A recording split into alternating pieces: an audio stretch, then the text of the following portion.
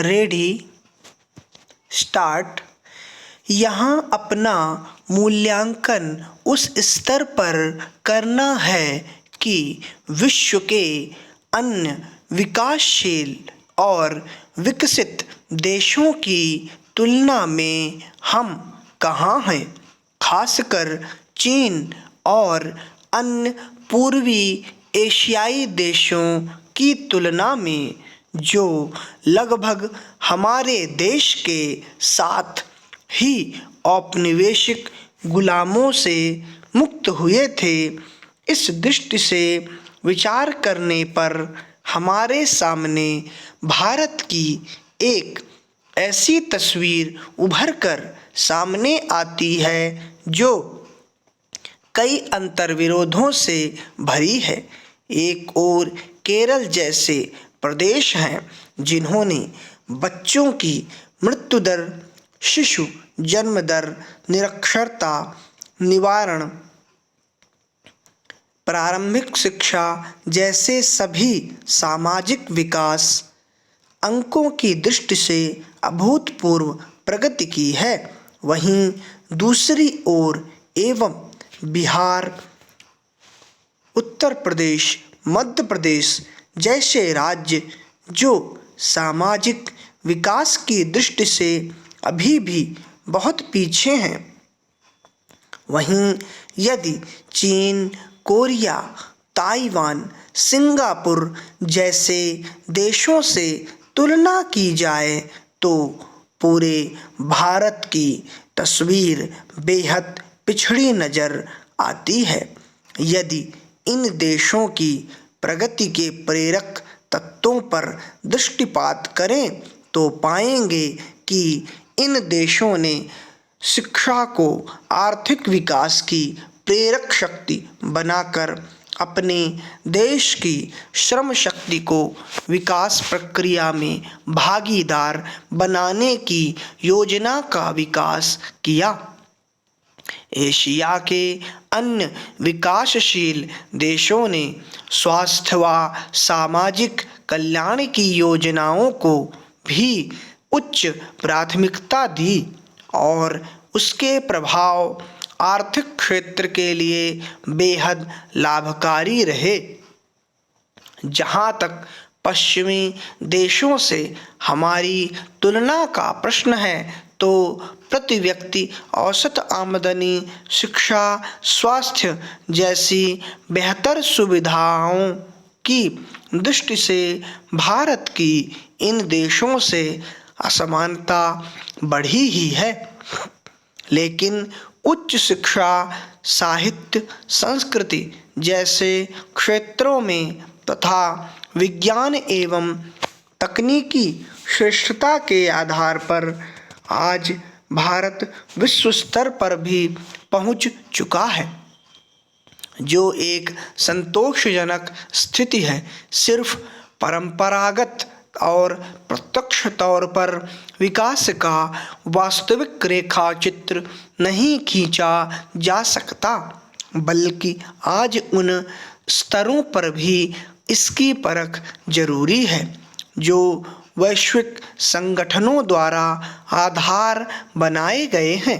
इनमें शिक्षा, रोजगार, बाल श्रम, स्त्री पुरुष समानता जैसे कुछ मुद्दों को विकास के मानक के रूप में तय किया गया है।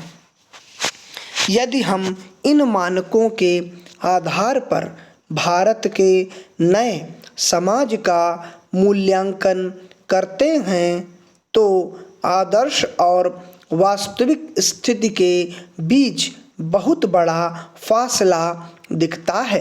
पारिवारिक विघटन, पुराने रोजगारों के ह्रास और नए रोजगारों की तलाश में विस्थापन की समस्या आज एक बहुत बड़ी समस्या बन गई है।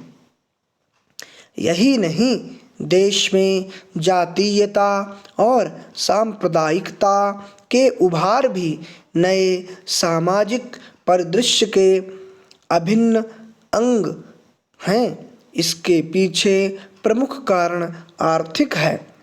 भारत में लोग समूह बनाकर चलते हैं और जाति को महत्व दिया जाता है। विकास की गति मंद होने की वजह से जो असंतुलन और विषमता बढ़ी है, उसने जातीयता और सांप्रदायिकता के प्रसार में मदद की है।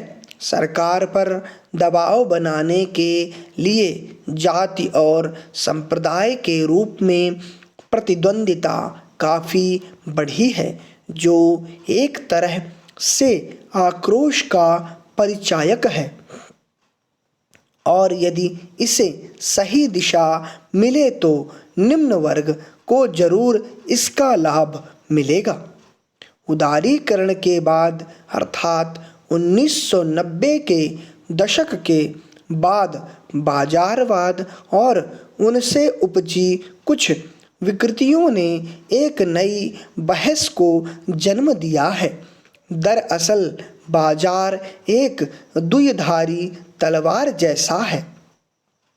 वह किसी एक व्यक्ति की या समूह की जरूरत नहीं, बल्कि उनकी क्रय शक्ति को देखता है।